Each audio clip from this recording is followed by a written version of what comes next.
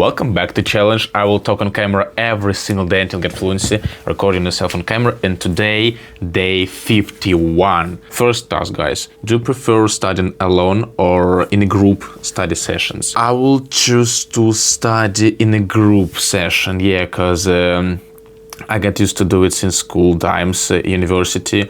I'm always been surrounded by people, by my mates, classrooms, so I'm really familiar with this system, and when I study with my friends, I can understand the topic more fast in comparison with when I'm alone, right here in university. It's a really great example.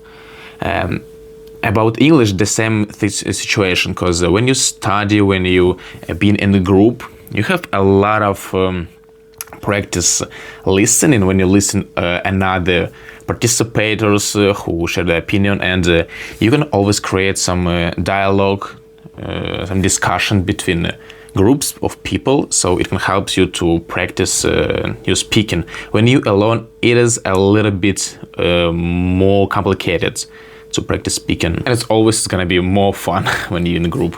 Task number 2, it was text about reduction of changing in a shuttle schedule when students can get from the houses, from the campus, sometimes something like this, to university. And previously the shuttle goes every 15 minutes, but right now one time an hour, and students shortly saying not really satisfied with this. University shared opinion that students not really often use the shuttle, and sometimes there were situations when only 2 students use this, so it wasn't so popular, and university decided to reduce the amount of shuttle traveled. But man said that's not really true. Only several times a day you can notice this, but mostly all the time shuttle is full of students, and it really helped them to get to university in the morning in 8 a.m.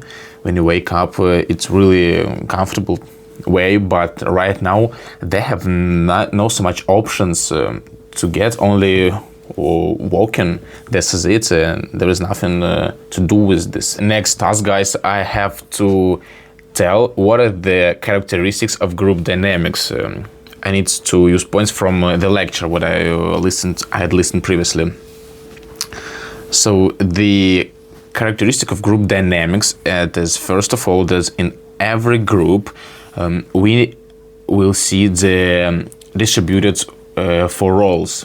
Like every group will have the leader of the group and the followers, and these categories will distribute by several real points, but who's smarter, who's the better in some area.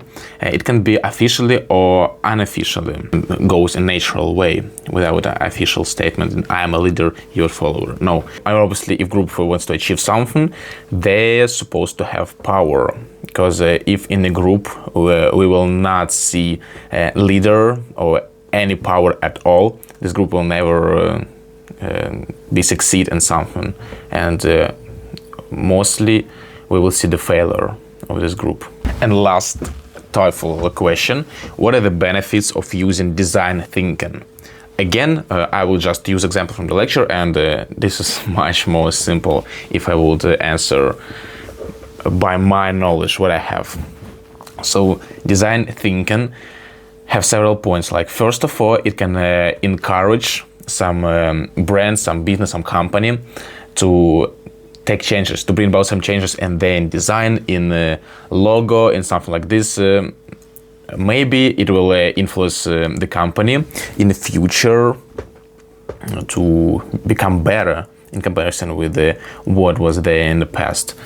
And if this is gonna be a failure in a new design solution, anyway, we can try again to do it better until we will achieve the good result in design. And second of all, design thinking is about uniting several departments of company to solve some big problem. For example, several department, accounting what's solve problem with the numbers, but they bet in something, I don't know, with creators. I don't know. They don't have enough creators when we set up a good communication, because obvious fact that big companies, big businesses ran on efficiency of communication. It's crucial moments. Guys, that's what I'm doing here every day, talking and TOEFL speaking questions. See you tomorrow.